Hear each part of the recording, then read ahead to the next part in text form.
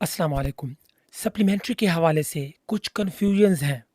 Policy जो है वो कुछ स्टूडेंट्स ने मिक्स अप कर दी है। उनको समझ में नहीं आ रहा कि ये जो पॉलिसी है 3 चांसेस की जो जो पॉलिसी है सप्ली की, ये कब लागू होगी? मिसाल के तौर पे अगर 9th में सप्ली आ जाती है या फिर 11th में सप्ली आ जाती है, क्या यहाँ भी वो 3 चांसेस वाला जो फ़ॉर्मूला है, क्या वो यहाँ भी अप्लाई होगा?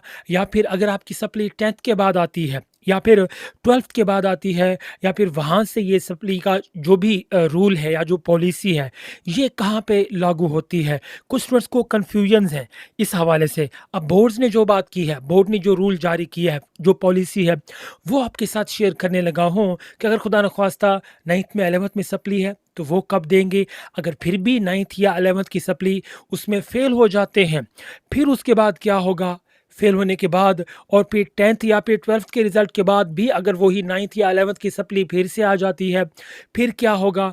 तो जो भी तफ़सीलात हैं, वो सादा अल्फ़ाज़ में आपके साथ शेयर करने लगा हूँ। इस पे मैं पहले बात कर चुका हूँ, लेकिन फिर भी कुछ कन्फ्यूजन है, सो मैं इसको फिर से आपके साथ मैं शेयर कर देता हूँ ताकि ताकि जो भी कन्फ्यूजन्स हैं, वो दूर हो जाएँ।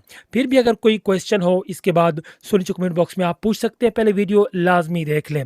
अगर आपने अभी तक भी चैनल को सब्सक्राइब नहीं किया, तो प्लीज़ चैनल को सब्सक्राइब कर लीजिए, साथ में बेल आइकन प्रेस करके ऑल पे क्लिक कर दीजिए और वीडियो को भी लाइक कर दीजिए। अगर आपको इस वीडियो से फ़ायदा पहुँचे तो शेयर लाज़मी कर दीजिएगा ताकि दूसरे स्टूडेंट्स को भी इससे फ़ायदा पहुँचे। सबसे पहले बात कर लेते हैं कि अगर आपकी अपने 9th का आपका रिज़ल्ट आ गया, क्योंकि 9th या फिर 11th के एग्ज़ाम के बाद आप ऑटोमैटिकली 10th में या फिर 12th में बैठ जाते हैं। लेकिन रिज़ल्ट के बाद अगर 9th में या 11th में कोई सप्ली आ जाती है, तो इसका जो एग्ज़ाम होगा वो आप 10th के साथ या 12th के साथ यानी कि पार्ट 2nd के साथ देंगे। उसका एडमिशन कैसे जाएगा? जैसे ही आप पार्ट 2nd का एडमिशन भेजेंगे, यानी कि 10th का या 12th का, जैसे ही आप एडमिशन भेजेंगे, तो एक तरफ तो पार्ट 2nd के मज़ामीन लिखे होंगे और दूसरी तरफ जो आपके पार्ट 1st के सप्ली के एग्ज़ाम होंगे या फिर सप्ली के जो सब्जेक्ट्स होंगे, उनका नाम लिखा होगा।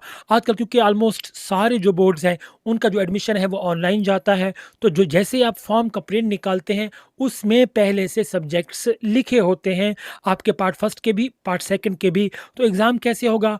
जो बोर्ड का रूल है, अगर पंजाब की बात की जाए, तो पंजाब में पहले पार्ट 2nd के एग्ज़ाम होते हैं, पहले आप पार्ट 2nd के एग्ज़ाम देंगे, उसके बाद जब पार्ट 1st के एग्ज़ाम शुरू होंगे, तो उसमें आप पार्ट 1st की जो भी आपकी सप्ली होगी, तो उसका आप एग्ज़ाम देंगे। अब जब पार्ट 2nd का रिज़ल्ट आता है, तो यहाँ पे जो पॉलिसी जो लागू होती है, उसकी मैं बात करने लगा हूँ। अब आपने पार्ट 2nd कर ली, यानी कि आपके 10th का या फिर 12th का रिज़ल्ट आ गया, लेकिन खुदा न ख़्वास्ता अगर इसमें फिर सप्ली आ जाए 10th में या 12th में, कई बार तो ऐसा होता है कि 9th की सप्ली या फिर 11th की सप्ली देने के बावजूद भी 10th या 12th के एग्ज़ाम के बाद फिर से सप्ली आ जाती है 9th की या 11th की, यानी कि पार्ट 2nd की या पार्ट 1st की। तो इसमें अब यहाँ पे 12th के या फिर 10th के रिज़ल्ट के बाद जो पॉलिसी है बोर्ड की 3 चांसेस की, वो यहाँ पे लागू होगी।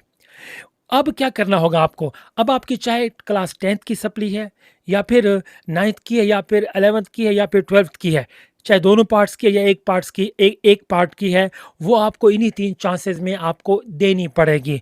अब ये चांसेस कैसे चलेंगे? मिसाल के तौर पे रिज़ल्ट आ गया, उसमें आपकी सप्ली आ जाती है, आपने सप्ली का एडमिशन भेज के आप 2nd एनुअल एग्ज़ाम में फिर से आपने वो चांस दे दिया। लेकिन अगर आप इसमें पास नहीं होते इस एक चांस में, तो अगले चांस के लिए आपको फिर से एडमिशन भेजना होगा।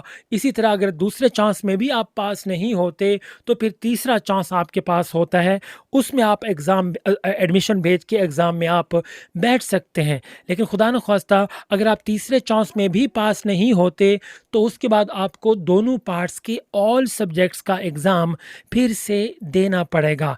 यहाँ पे एक और चीज़ आपको बताता चलूँ, ये तो वो है कि जब आप पास नहीं करते तो आपको ऑल सब्जेक्ट्स का एग्ज़ाम देना पड़ेगा। अब मिसाल के तौर पे कुछ स्टूडेंट्स ये भी पूछते हैं कि भाई अगर इन 3 चांसेस में से कोई चांस हम मिस कर देते हैं, तो क्या वो चांस काउंट होगा या नहीं होगा? मिसाल के तौर पे आपने 2nd एनुअल एग्ज़ाम में एक चांस अटेंड करना है। अगर आपने एडमिशन भेज दिया, आपकी रोल नंबर स्लिप आ गई, लेकिन आप एग्ज़ाम में नहीं बैठते, तो आप एब्सेंट तस्वुर होंगे, तो ऐसे में आपका जो चांस होगा वो काउंट होगा।